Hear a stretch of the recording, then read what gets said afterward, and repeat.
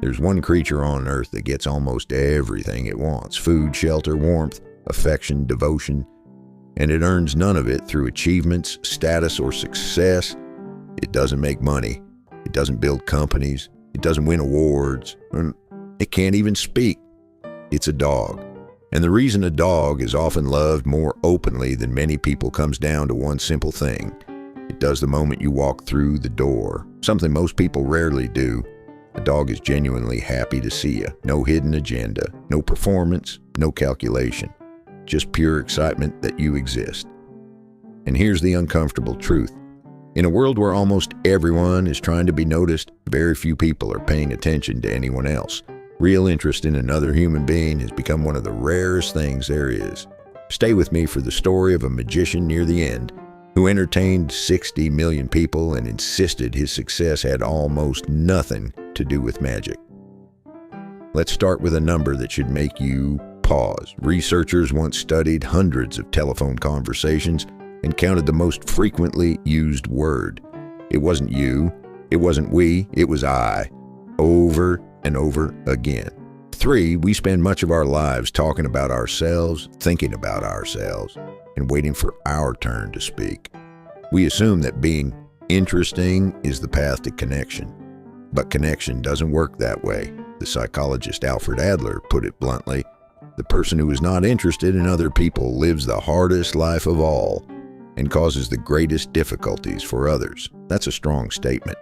But once you start paying attention, it's hard to ignore.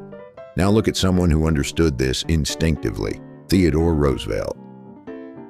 People admired him not only because of his position, but because of the way he treated those around him. Not just important people, everyone. The cooks, the servants, the workers behind the scenes. He knew their names, he remembered details, he paid attention. One kitchen worker once mentioned that nobody seemed interested in her cornbread anymore. Roosevelt didn't brush it aside. He joked that everyone else had poor taste and made sure she felt seen. It was a tiny moment, but people remember moments like that for years. Why? Because attention is one of the most valuable gifts you can give another human being. Then there's Howard Thurston, one of the most successful magicians of his era. More than 60 million people watched him perform. Most assumed his success came from superior tricks.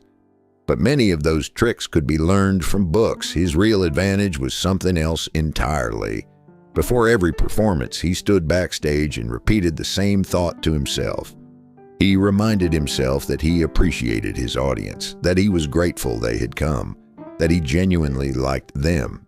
Many performers looked at a crowd and thought, "Oh, how easy will these people be to fool?" Thurston thought, "How fortunate I am that these people are here." The audience felt the difference, and that's why they returned. So the lesson seems simple. Ask questions, listen more, show interest, do the dog at the door thing. But there's one problem. It cannot be faked. People can sense manufactured curiosity surprisingly fast. The salesperson pretending to care, the networker waiting for an opening, the person listening only long enough to talk about themselves. We feel it immediately. Real interest is different. It starts with a simple belief. Every person you meet knows something you don't know, has experienced something you haven't experienced, has seen part of life from an angle you'll never fully see yourself. The moment you genuinely believe that, curiosity stops being a strategy. It becomes natural. And here's the truth that changes everything. You will make more genuine friends in 2 months by becoming interested in other people than you will in 2 years trying to get people interested in you. The exhausting project of being impressive is backwards.